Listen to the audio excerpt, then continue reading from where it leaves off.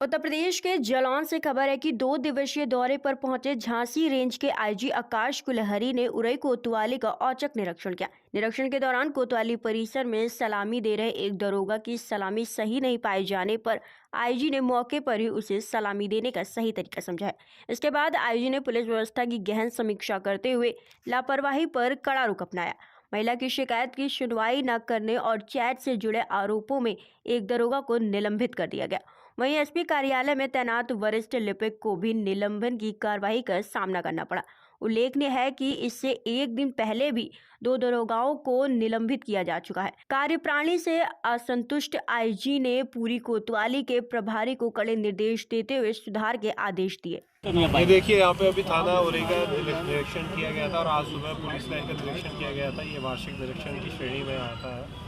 इसी के तहत में पूरे परिसर में घूम करके साफ़ सफाई की व्यवस्था देखी गई थी, जो कि निम्न कोटि की पाई गई है। मतलब साफ़ सफाई इतनी अच्छी नहीं है। वाहन और माल मुकदमादी काफ़ी बड़ी तादाद में पड़े हुए, तो एसएचओ और सीओ को बताया गया है कि उसको जो है क्लीन करवाएं थोड़ा सा और श्रमदान करके और इसको परिसर की साफ़ सफाई देखें। उसके अलावा जो है यहाँ पे मैंने आकर के मिशन शक्ति केंद्र को देखा था और उसके अलावा जो है अन्य जो यूनिट्स यहाँ पे है रजिस्टर्स का रखरखाव किस प्रकार से उनको भी देखा गया। उसके बाद में यहाँ पे थोड़ी पब्लिक ज़्यादा आ गई थी, तो जन सुनवाई की गई है, उसकी अलग अलग थानों से आई थी। उसी के तहत में एक इन्वेस्टिगेशन के अंदर कोई एक दरोगा जो है जो वादिनी है उसके साथ में व्हाट्सएप के थ्रू बदतमीज़ी कर रहा था और उसके अलावा उसके इन्वेस्टिगेशन में भी शायद कुछ आरोप लगाया था महिला ने पैसे के लेन देन का। तो नरेंद्र नाम का दरोगा है, उसको तत्काल प्रभाव से निलंबित कर दिया गया है और महिला की जो इन्वेस्टिगेशन है उस पर फर्दर इन्वेस्टिगेशन का ऑर्डर कर दिया गया है। महिला उसमें एक रिकॉर्डिंग बता रही है अपनी और उसकी विवेचना जो है महिला थाना पे ट्रांसफ़र कर दी गई है। सर, कल निरीक्षण के दौरान एसपी ऑफिस में भी आपने बड़े बाबू को निलंबित किया गया है, क्योंकि इंडेक्स पत्रावली में से जब हमने देखा था तो कई चीज़ों पे उन्होंने इंडेक्स प्रॉपर मेंटेन नहीं किया हुआ था, उसमें कई प्रविष्टियाँ गायब थी। उसके अलावा जब कई फाइल्स जो है 1991, 1992, 1997 की फाइल्स जो है उसमें शो हो रही थी उस इंडेक्स के अंदर, और जब उनसे फिज़िकली मांगा गया उन फाइलों को कि ये फाइलें ला करके पुटअप करें, तो उनके द्वारा बताया गया कि फ़ाइलें उनके पास में नहीं है। तो उनकी कस्टडी से जो है वो फाइलें नहीं थी, तो उसी पे जो है उनको सस्पेंड करके इस पूरे प्रकरण में प्रारंभिक जांच ऑर्डर कर दी गई। सर, जैसा देखा गया है कि ज़मीनी विवाद ज़्यादातर आए हैं कोतवाली में। देखिए, बेसिकली इशू ये होता है कि हर एक थाने में एक पर्टिकुलर चीज़ बहुत ज़्यादा होती है। जैसे आप उरई थाने में, कल मैं आटा थाने में गया था तो वहाँ पे इतना विवाद नहीं है। उरई थाने में, जालौन थाने में और इन थानों में ज़मीनी विवाद बहुत है। तो हमारे को जो है अपने खुद के शिकायत प्रकोष्ठ में ये एनालिसिस करना पड़ेगा कि किस थाने में किस प्रकार के विवाद ज़्यादा हैं।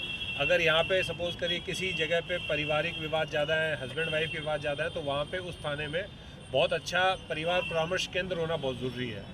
और यदि किसी थाने में ज़मीनों के विवाद है तो वहाँ पे थाना दिवस बाकी थानों के कंपैरिजन में बहुत रॉबस्ट और बहुत अच्छा होना चाहिए। और अगर बहुत ज़्यादा विवाद है तो QRTs भी फॉर्म होनी चाहिए, जॉइंट टीम्स जिसे हम बोलते हैं, क्विक रिएक्शन टीम, कि उसको कम से कम ये इंतज़ार ना करना पड़े कि अब अगला थाना दिवस कब आएगा या अगला तहसील दिवस कब आएगा तब जाकर उसका निस्तारण होगा।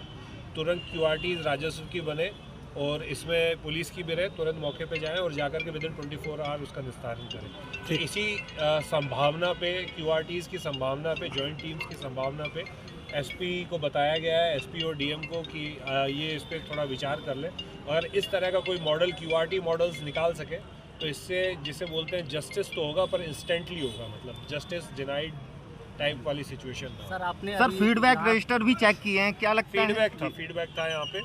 मिशन शक्ति केंद्र की सही काम कर रहे हैं और यहाँ पे जो वादी आए थे उनसे भी मैं बार बार पूछ रहा था कि कितनी बार आए, तो ज़्यादातर वादी जो पुराने वाले आए वो अन्य थानों के थे। यहाँ वाले में जो है नए वादी नई समस्या लेकर के आए थे। और फीडबैक भी मैंने चेक किया था, फीडबैक में एक महिला थी, उसने काफ़ी अच्छा फीडबैक लिया हुआ था, उसको मेरी तरफ से रिवार्ड दिया गया। सर, अभी आपने अंदर देखा कि साइबर के मामले ज़्यादातर आ रहे हैं। साइबर के मामले जो बताए यहाँ पे इस थाने में 60 के करीब में पर मंथ आते हैं, और ये ज़्यादातर जब उससे पूछा गया तो सारे ज़्यादातर मामले जो होते हैं वो NCRP पोर्टल जो है हमारा, NCRP उसी में ही दर्ज होते हैं। फिज़िकली यहाँ पे बहुत कम व्यक्ति आते हैं अपनी समस्या लेकर के, तो लियन और होल्ड करने में जो है हमारे को आसानी रहती है।